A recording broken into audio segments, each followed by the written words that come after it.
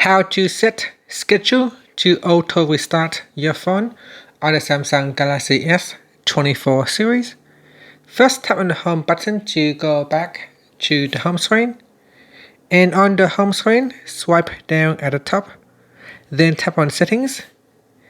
Next, in the settings page, scroll down and then tap on device care. After that, we scroll down and tap on auto optimization.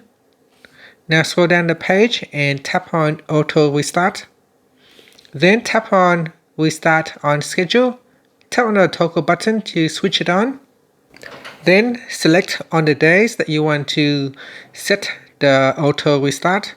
So here we can have it from Sunday to Saturday, or you can have maybe just one during the week and one at the end of the week. Now go down and tap on the time and select when is the best time to auto restart your device. Then tap on done. And that's it. After that, tap on the back key or tap on the home button to return back to the home screen. Thank you for watching this video.